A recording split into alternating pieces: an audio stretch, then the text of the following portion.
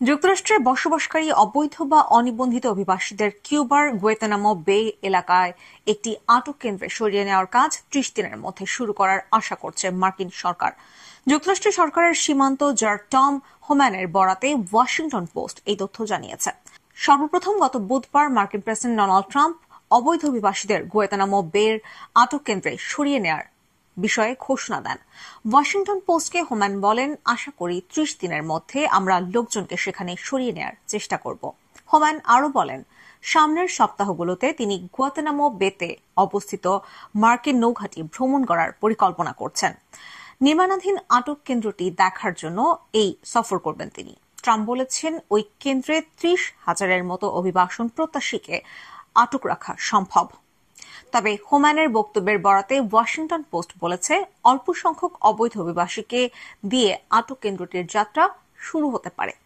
Guantanamo বেতে অবস্থিত মার্কিন নৌঘাঁটিতে আগে থেকেই একটি অভিবাসী আটক কেন্দ্র আছে। কয়েক দশক ধরে মাঝে মধ্যে কেন্দ্রটির ব্যবহার হয়ে আসছে।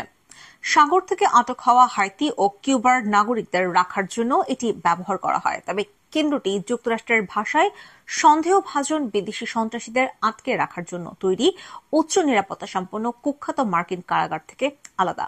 গত ২০ জানুয়ারি দ্বিতীয় মেয়াদে যুক্তরাষ্ট্রের প্রেসিডেন্ট হিসেবে শপথ নেন ট্রাম্প।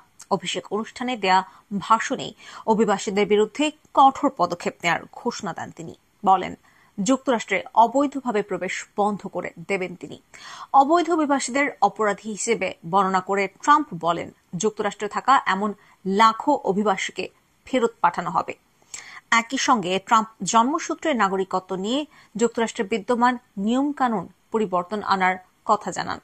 নতুন নিয়মের আওতায় নথিবিহীন অর্থাৎ অবৈধ কোন অভিবাসী যুক্তরাষ্ট্রে সন্তান প্রসব করলে সেই শিশু স্বয়ংক্রিয়ভাবে মার্কিন নাগরিকত্ব পাবে না।